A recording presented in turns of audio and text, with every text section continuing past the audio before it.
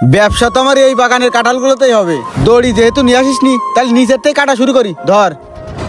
এই দাঁড়া, থাম। এই গাছের একটা কাঁঠালও তোর হাত দিবি না। তোর কাছে আমি নগদ টাকা দিয়ে এই বাগানের সব কাঁঠাল কিনে নিছি, আর তুই এখন আমার কাঁঠাল দিবি না মানে? নাটক তো তুই ভালোই জানিস। তুই কি করেছিস তুই জানিস না? আমি নাটক ভালোই জানি মানে? তুই কি করতে চাচ্ছিস? আমি কি নাটক করেছি? তালি শোন তুই কি করেছিস। আলামিন, দাঁড়া দাঁড়া, তোর সাথে আমার কথা আছে। আমি তো তোরাই খুঁজ দিলাম। কেন আমারও খুঁজ দিলি কেন? আমি পাগল দেখেছি, তা তোর মতো পাগল আমি দুনিয়ায় দেখিনি। মানে তোর কথা তো আমি কিছুই বুঝতেছি না। কি হয়েছে একটু খুলে কদিনই? তুই কি কিছুই জানিস না, নাকি জানি না জানার ভান করতেছিস? তোরে কাঁঠাল বাগান কার কাছে বিক্রি করেছিস কদিনই? ও আমার বাগান?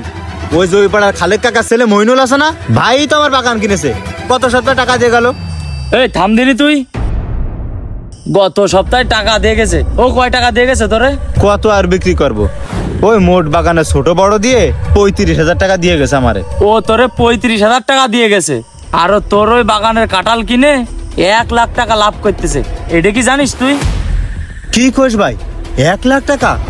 ও যে আমার কোনো কাঁঠাল সেরকম চলতেছে না, বাইরের ব্যাপারীরা মাল নেছে না। সেদিনকে সাতক্ষীরায় মাল নিয়ে গেল, সেই মাল ফেরত নিয়ে এসে ওই জায়গায় মাল চলতেছে না। ও কি আমার সাথে মিছে কথা কইলো? আরে তাছাড়া আর কি, ওরা এইভাবে 9-6 করে মানুষের ঠকায় ব্যবসা করে আসতেছে। কি করলি ভাই তুই? আমি তো মইনুলের বিশ্বাস করতাম রে। ও আমার সাথে এরকম একটা বেইমানি করবে আমি এটা কখনো ভাবতে পারিনি। আরে ভাই, এইসব মানুষের কোনোদিন বিশ্বাস করতে নেই। ওরা কিন্তু এইভাবে মানুষের ঠকাচ্ছে। তা তুই আমার কাছের লোক বলে এই জন্য কথাগুলো তোরে কলাম। আচ্ছা তাহলে তুই এখন যা, আমি দেখতেছি। আচ্ছা ঠিক আছে, তাহলে তুইও যা। আচ্ছা ঠিক আছে। আচ্ছা। আমার বাগানের কাঁঠাল আমার কাছ থেকে কম দিয়ে নিয়ে যে লাখ টাকা লাভ করতেছে, দাঁড়া আমি দেখতেছি। এইবার শুনলি তো সবকিছু। তুই কি করে পালির আমার সাথে এরকম একটা বেইমানি করতি? তোর ওই ব্যবসা কি হালাল হচ্ছে? তুই আমারে কইছিস মানুষজন কাঁঠাল কিনতেছে না, এখন কাঁঠাল চলতেছে না, কাঁঠালের দাম নেই, আর তুই আমারে ভুলভাল বুঝে সেই কাঁঠাল তুই অর্ধেক দামে কিনে নিয়ে যায় 4 গুণ লাভে বিক্রি করতেছিস। এই ব্যবসা কি তোর হালাল হচ্ছে? আরে থাম তুই। আমি তোরে ফাঁকি দিইনি ভাই। আমি ন্যায্য টাকা দিয়ে তোর কাছে তোর বাগানের কাঁঠালগুলো কিনে নিয়ে গেছি। তোরে রানা কি কয়েছে আর তুই সেই তালে তাল দিচ্ছিস? আরে আমারও তোর এই মনে হয় ভাই আমি টাকা দিয়ে হালাল ভাবে ব্যবসা করতেছি? তোরে রানা সম্পূর্ণ ভুল বুঝ হয়েছে। তাহলে ওই দিন আমি রানারে কি কইছি? তাহলে তুই শোন। এনে ধর, তোর কাছে তো 50,000 নিলাম, এই জায়গায় আছে। কিরে, সেদিনকে টাকা নিলি আর আজকে টাকা দিয়ে দিচ্ছিস? ব্যবসা তো খুব ভালোই আসছে নাকি? তা ভাই তোকে দুয়াই, প্রথম যে চালান মাল পাঠাইছি এই মালে একটু লাভ হয়েছে। তা তুই সেদিনকে কলি যে মাল কিনতেছিস বিক্রি করতে পারতেছিস নে, বাজার খুব ডাউন যাচ্ছে। তাহলে এখন বাজার খুব ভালো যাচ্ছে নাই? আরে ভাই ব্যবসায়িক হিসেব কিতাব তো এইরকম, আজকে উপরে উঠবে কালকে আবার ডাউনই চলে যাবে, এই হচ্ছে বিষয়। তা ভাই বাগান মোট কয়টা কিনেছিস? বাগান তো আমার আল্লাহ দিলি দলের নগরে 2টো কিনা আছে, জোরপুরে 1টা কিনা আছে, আর আমাদের ওই যে আলামিন, ওই আলামিনের বাগানটাও কিনা আছে। আরে ভাই, ওই আলামিনের বাগানও কিনেছিস? হ্যাঁ ভাই, ওই তোকে দুয়া। আরে আলামিনের বাগানে আমি সেদিনকে ঢুকলাম, তা ভাই ঢুকে দেখলাম সব এই সাইজের কাঁঠাল। আরে পাগল, আমার 4 বাগানের ব্যবসা ওই আলামিনের 1 বাগানেই দিয়ে যাবে।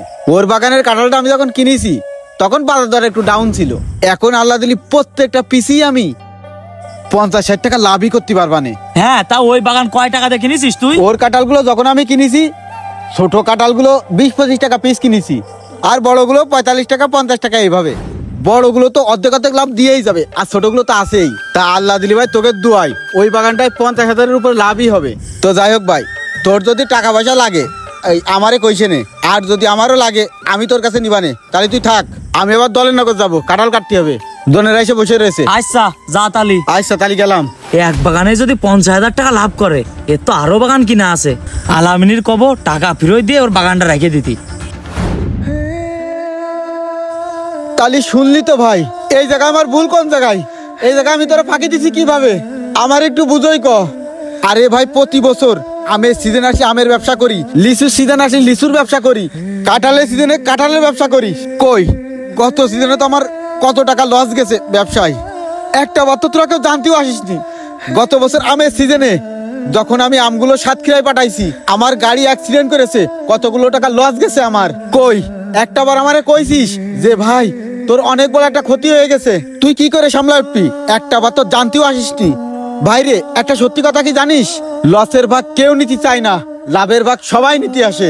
আমরা যে ব্যবসাটা করি, কতটা কষ্ট করে ব্যবসাটা করি, এইটাও তো একবারও জানতে চাইস নি। ভাই আমার লিভার খরচ আছে, আমার গাড়ি খরচ আছে, আমার আড়তের খরচ আছে, আমার নিজের পরিশ্রম আছে, আমার নিজেরও খরচ আছে।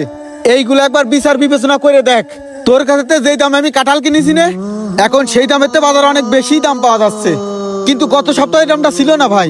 আগামীকালকে থাকবে কিনা আমরা কেউ জানি না। তোরে ঠকাই আমি তোমার রিজিক বৃদ্ধি করব, এরকম মানসিকতা আমি পোষণ করি না ভাই। আমার আল্লাহর কাছে আমার জবাব দেওয়া লাগবে। তোরে ফাঁকি দেবো, এর জন্য আমি আজীবন দায়ী থেকে যাব। ভাই রে, আমারই ভুল হয়েছে।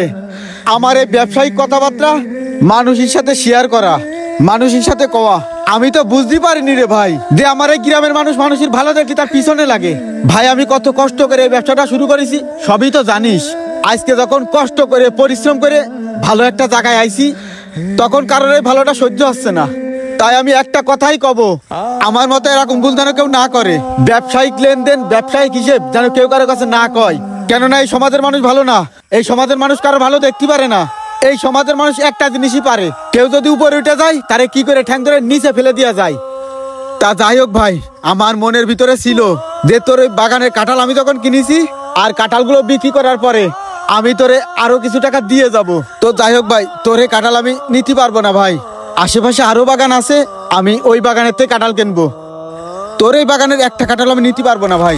যারা মানুষের ভালো দেখতে পারেন না তাদের উদ্দেশ্যে একটাই মেসেজ, অন্যের ভালো দেখে যারা হিংসা করে তারা কখনোই ভালো থাকতে পারে না। আর যারা খুব অল্পতেই মানুষকে আপন ভেবে নেয় তাদের উদ্দেশ্যে আরেকটি মেসেজ, এই সমাজে সুন্দর চেহারার আড়ালে ভয়ঙ্কর মুখোশ পরে থাকা মানুষটিকে আপনি কখনোই চিনতে পারবেন না। মনে রাখবেন, আপন করে নেওয়া কাছের ওই মানুষগুলোই আমাদের সব থেকে বেশি ক্ষতি করে থাকে। অনুরোধ রইল পেজটি ফলো করে ভিডিওটা শেয়ার করে দিবেন। ধন্যবাদ।